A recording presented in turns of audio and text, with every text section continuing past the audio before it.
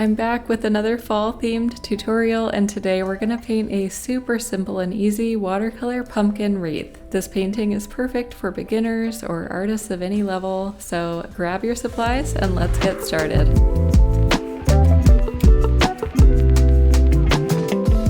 As always, all of the supplies I'm using in this tutorial are linked down below in the description box. I'm starting with a 6x8 sheet of paper, and I started by tracing a circular shape for the outline of my wreath. You can use anything you want for this. Sometimes I use a roll of masking tape, sometimes the bottom of a bowl or a candle, anything you want that goes well with the size of your paper. And then I just used a kneaded eraser and I gently rolled over it so that my pencil marks weren't too dark, because once you layer paint on top of that pencil, you won't be able to erase any of it. If you're familiar with my other wreath tutorials here on YouTube or in any of my classes, you know that I always talk about not making your wreath too uniform or too perfect.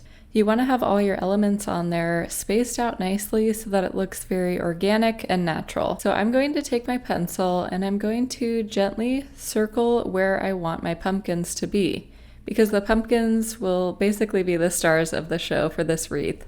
So I don't want them to be too close to each other. I don't want them to be directly across from each other or on top of each other.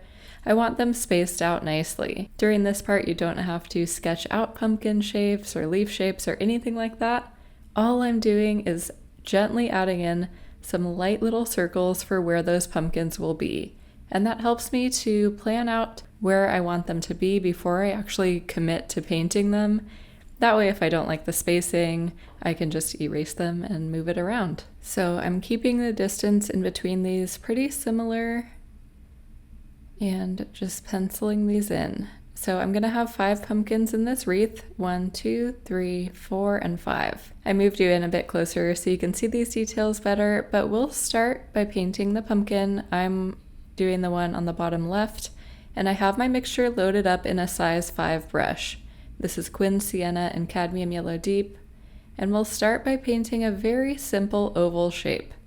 These will be very loose style, not realistic or perfect pumpkins, so I'm not worrying too much about making the perfect shape or anything like that. I want to be pretty quick and loose. So I'll start with this irregular oval shape, and then we're going to add little crescent moons on either side of it. So I'm pushing down and then lifting back up, and you'll see that I've left a little bit of white space in between each of these sections. So I really don't want my pumpkin to turn into a giant blob of orange, so that's why I'm leaving a little bit of white space there. So I'm adding a few little simple strokes on either side. I want them to be a little bit darker, so I'm going over it one more time with a bit more pigment in my brush, being mindful of my white space. And you can see we have that middle oval and then C curves or crescent moons on either side. Now we will have a little stem coming out of here too, but for the time being, I'm going to add a couple little back sections of this pumpkin, which is basically another crescent moon shape, but flipped on its side. So while these are still wet, I'm going to add a little bit of shadow in between these sections. So for this, my mixture has quite a bit more of the Quin Sienna to make it nice and dark, and I'm gently lining where each of these sections are connecting to convey some shadow. Once again, I'm not going for a realistic look here. I'm not trying to add too many details, but adding a little bit of texture and contrast so that the pumpkin isn't too flat. And then we'll go ahead and let this dry before adding the stem. Now using the same brush, I'm loading up a mixture of green gold, raw umber, and Payne's gray to get a really deep, earthy, moody green, which I'll use for the little pumpkin stem. So you'll start by adding it right here where all of these little sections intersect up at the top. And you can make your stem however you want. You can add a curve to it. You can have it standing up straight. You can also add some little vines. I really like adding curly vines here, so I use the tip of my brush and make little curly cues. It's a simple and subtle detail, but I think it gives the pumpkin some fun character. That's where you can really get creative and make your own little curly cues. You can make your own stems, just have fun with it and be creative. So usually at this point, once everything's dry, I do like to go in with one final layer of deep dark shadows for the pumpkin. So I'm pulling straight from my Quin Sienna. It's a very bold red, it's a perfect fall color, and I'm going to deepen these shadows even more. It's a personal preference. I like to have a bold contrast and a pop of color, so you don't have to do this part if you want to keep it more simple, but I just think it adds a fun little touch of detail. So our first little pumpkin is done. She is looking pretty cute, and I'm going to move on to the next one. Now, as I paint these, the look I'm going for here is very fun and whimsical, and so I don't want all my pumpkins to look exactly like this, facing straight up with the same little vines on the stem. I want them to all be a little bit wonky. I want them to be facing different directions. I want some to be wider and fatter, some to be a bit taller, and that'll help to give this piece a little more character and more of that whimsical look that I'm going for. So this next pumpkin is going to be slightly tilted inwards towards the center of the wreath. So once again, the process will be the same. We'll start with that first oval shape. I'm using a fairly light value, and this one's going to be a little bit taller than the one we just painted, so I'm making a nice tall oval shape, reloading my brush.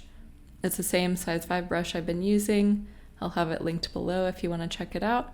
But I'm starting to add my little crescent moons on either side and leaving some white space. It doesn't have to be a huge gap, but it does just provide a clean separation between each of these sections. And that helps to prevent your pumpkin from turning into a blob of color.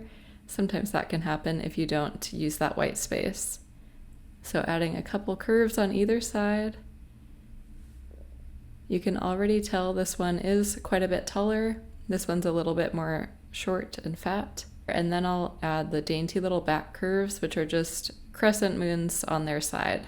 And then we'll go in with that first layer of shadows. I'm just gently deepening some of these shadow areas and taking advantage of the wet on wet because those initial strokes are still slightly wet. I don't want you to worry too much about this part or making shadows perfect or too detailed or anything.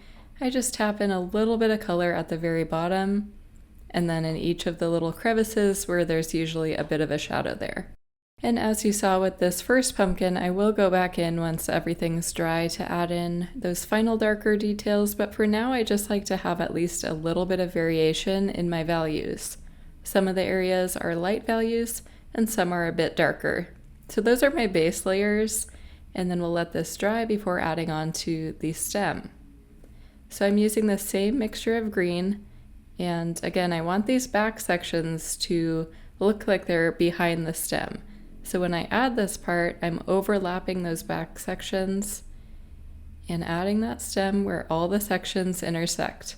Again, I don't want to make it the exact same as the one we just did, so when I add my little vines, I'm going to instead have one coming off to this side, and I'm also going to have one overlapping the orange part here. And then once everything is nice and dry, I go back in with some of the Quin Sienna and use the very tip of my brush to add the final details. I don't want the whole pumpkin to turn red, so I don't want to overdo it, but I do want some bold shadows. So using a very light hand and only using the tip of my brush.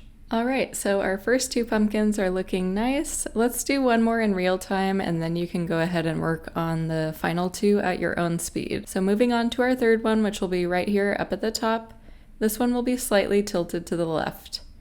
So starting with the same process, I start with that first oval shape. I make it a little bit irregular. It's not a perfect oval, but I start with that. I load up a bit more color into my brush, and then I start adding in the little crescent moons on either side. Remember to leave that white gap there so you have some separation, and they all come up to this meeting point up at the top, which is where the stem will be. And you can make each of these sections as thin or as thick as you'd like. You can make it very irregular if you want to have a really wonky, funny looking pumpkin. Pumpkins come in all different shapes and sizes, as I'm sure you know, so I never want you to feel like you have to make your pumpkin look a certain way because you can't really mess up a pumpkin. There are always some very odd looking ones in the pumpkin patch, so you can't go wrong. And while it's still wet, I like to take advantage of that wet on wet bleeding, and I add in this initial little layer of shadows, using a slightly darker value and tapping in that color at the base of the pumpkin and in between each little section. So that helps to indicate where the shadows are. I also add some shadows right here at the center where they all fold into the stem, and then we'll go ahead and let that dry and then add the stem. So I'm loading up my moody green mixture again, using the same exact brush. I'm only using one brush for the majority of this, and I'm adding a bit of a twisted, irregular stem here, just to keep things interesting. Same thing with the stems, you can't really go wrong with stem shapes, they all look different, so feel free to make it a little weird or funky. And then I'm adding little curly cues coming off on either end, and I only use the tip of my brush for this part. So this one is quite a wild little pumpkin compared to these ones. The stem has lots of wild vines coming off of it, but that's exactly the look I'm wanting. I want this whole piece to be fun and whimsical, and not every pumpkin will look the same. So as we've done with the other two pumpkins, I'm gonna go in with one final layer of the Quin Sienna for the shadows. If you're not using the same color mixtures that I am, which is totally fine, just make sure you're using the darkest shade for these shadows. Or if you're just working with one color, you can just darken the value by having a more concentrated mixture. So lighter values, you get those by watering it down. That lightens up the tone. But if you want something a bit darker, then you want your mixture to be more saturated, so you'll have less water. So you can start to see this wreath building out. We have our first three. You can see they're irregular, they're not perfect, they're not directly above or right next to each other. So I'll go ahead and add my final two. Feel free to work at your own pace, and then we'll get started adding in all the details, which will be the leaves and the berries and some more vines.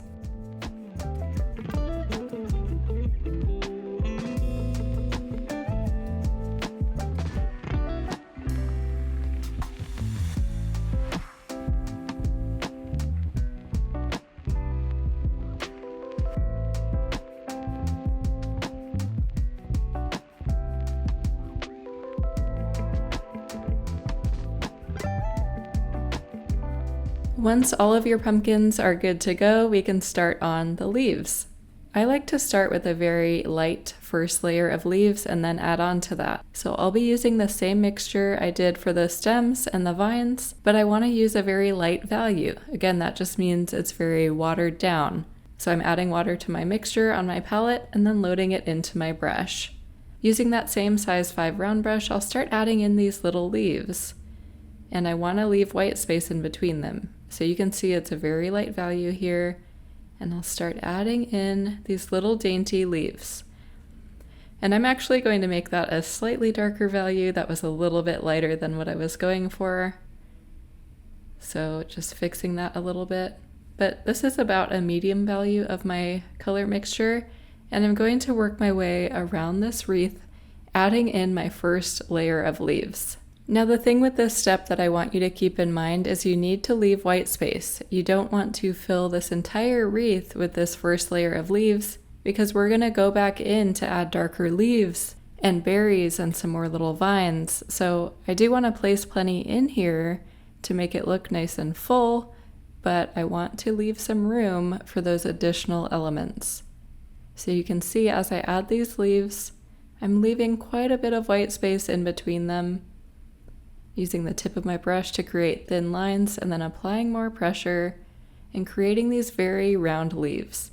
Sometimes I like to do pointy leaves. I'm sure you've seen that in my other tutorials. But for this wreath in particular, I want to keep things nice and round and soft.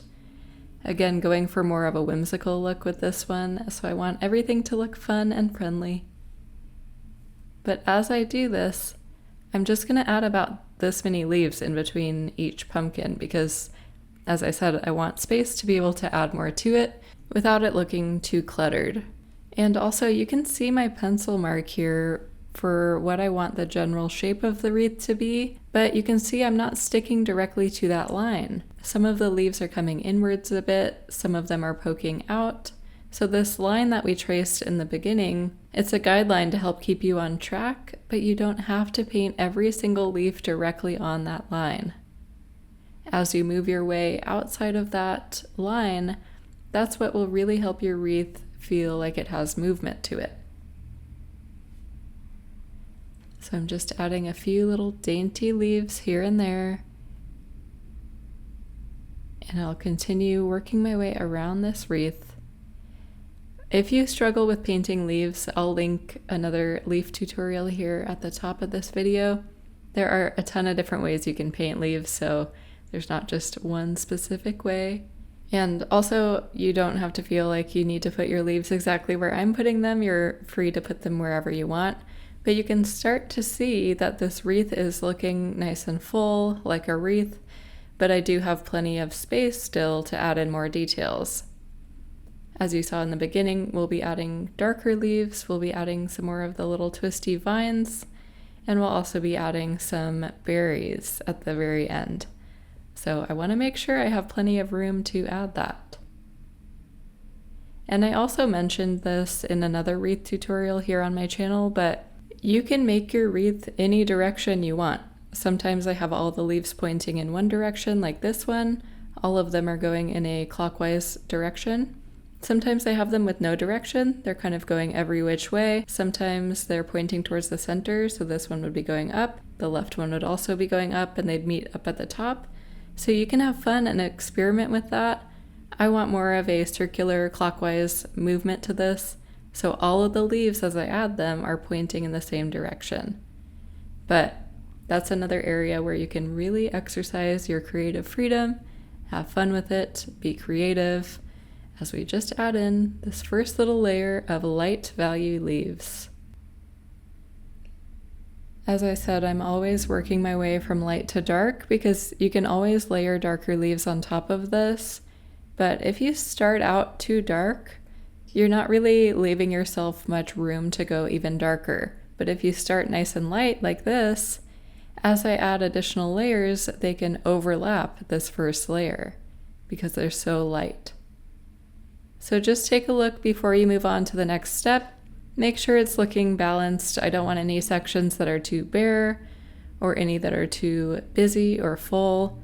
Everything is looking pretty balanced. I have a decent amount of white space to be able to add my additional elements. So I'm going to let this dry and then we'll add the second layer of leaves. Okay, everything's nice and dry so we can add our second layer. I'm going to go quite a bit darker. I love a good contrast, so I'm using the same mixture but a darker tonal value. That means it's more concentrated, so more pigment, less water. And I'm going to start adding in some more leaves. They are going to look pretty similar to the ones we've already done, but I'm layering it on top of this first layer. So I'm making them a little bit daintier. I'm adding a few dainty little stems. And some of them are overlapping what I've already painted, and some of them will be completely new. But I'm just going to go ahead and add this second layer. And you can see I'm also adding some little twisty vines like that. I think it helps tie it all together. So we have these vines coming off of each pumpkin. I also want to have some coming off at different parts throughout the wreath. So all of these little elements are helping to add to that whimsical vibe of this festive fall wreath that I'm going for. As I said, we'll also be adding some berries and some little stems in between. So still, during this part, I am filling it out more, but I still want to leave a little bit more room so that I can add these berries in between all these little leaves. So this is very similar to what we did in the last step, but you can see even just adding the second layer really helps to make it look more lush and full, but I still have some white gaps there where I can add my berries in the next step. While I do like to work light to dark, I also like to work bigger to smaller. So typically these layers of greenery start lighter, but they're also a little bit bigger.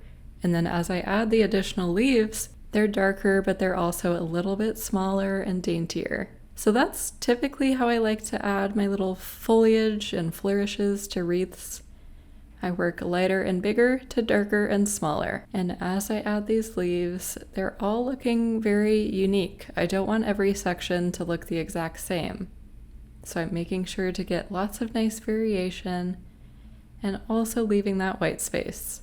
So keep in mind, you can always add more to your wreath, but you can't take away elements once you paint them. So I just advise you to go in with a lighter hand than you think and then add more to it as you go. But don't overfill it at this point. So just continue working your way around, adding in this greenery, and then we'll add in the berries together. Don't forget to add in some little curlicues or vines coming off. You don't have to do that part if you don't want to, but like I said, I think it helps tie it all together and gives the wreath even more character.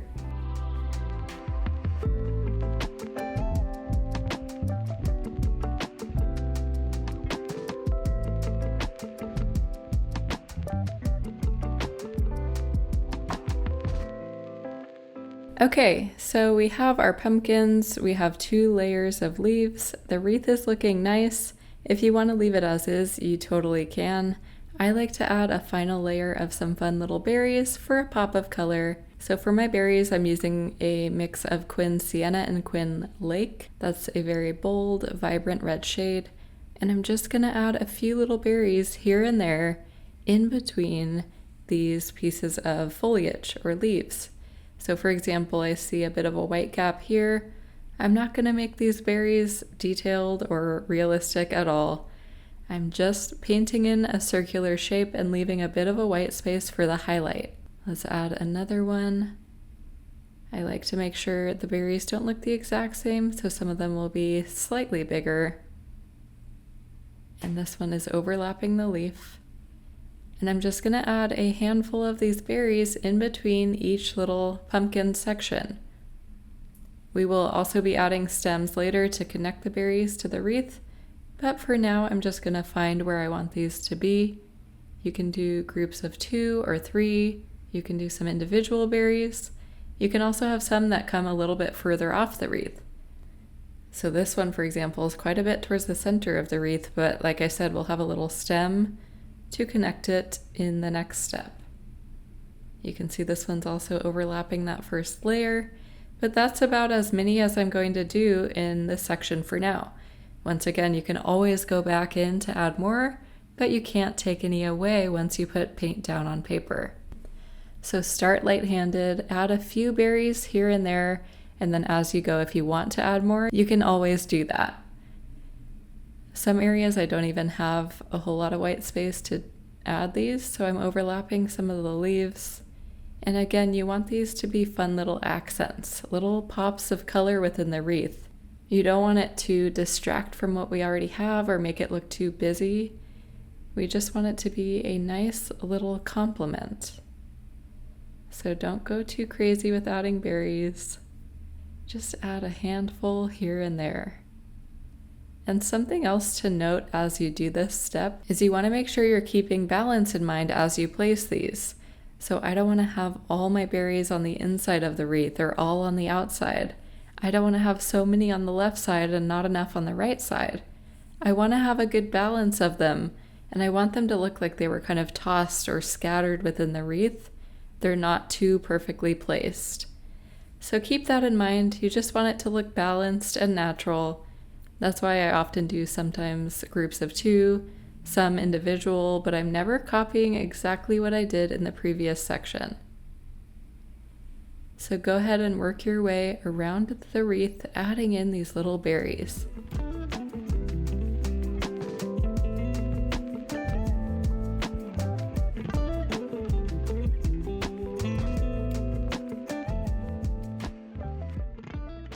So the berries are looking good, and as the final step, I'm going to switch to a size 2 round brush so I have a fine tip, and I'm going to use raw umber to make little brown branches to connect all the berries to the wreath.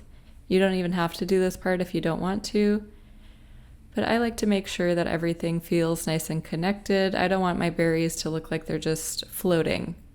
So I'm using the tip of my brush, making very dainty little lines and connecting these berries with the rest of the wreath. Again, I don't want it to look too busy, so my lines here are super duper dainty. You can barely even see them, but if you were to look at this painting up close, at least you'd be able to tell that it's all the same part of a wreath. So using a very light hand, using only the tip of my brush. And once you've done that step, if things are looking good, then you're all set. But I usually like to take one final look from afar, take a step back, revisit your piece, and make sure everything looks nice and balanced. If you see one area that's looking a little too sparse, maybe it's a section that has a few less berries than the others, then you can add more berries at this time. If you want to add more twisty vines, you can always do that here at the end, where you take a final look and make any final adjustments. I hope you enjoyed painting this pumpkin wreath today. I've been putting out a ton of fall theme tutorials in the past month, so if you want to continue with the festive fall theme, be sure to check some of those ones out next. We've painted autumn leaves, fall florals, pumpkins, and my personal favorite, the fall floral wreath. So be sure to check those ones out next. Thanks again for painting alongside me today, and I will see you in the next video.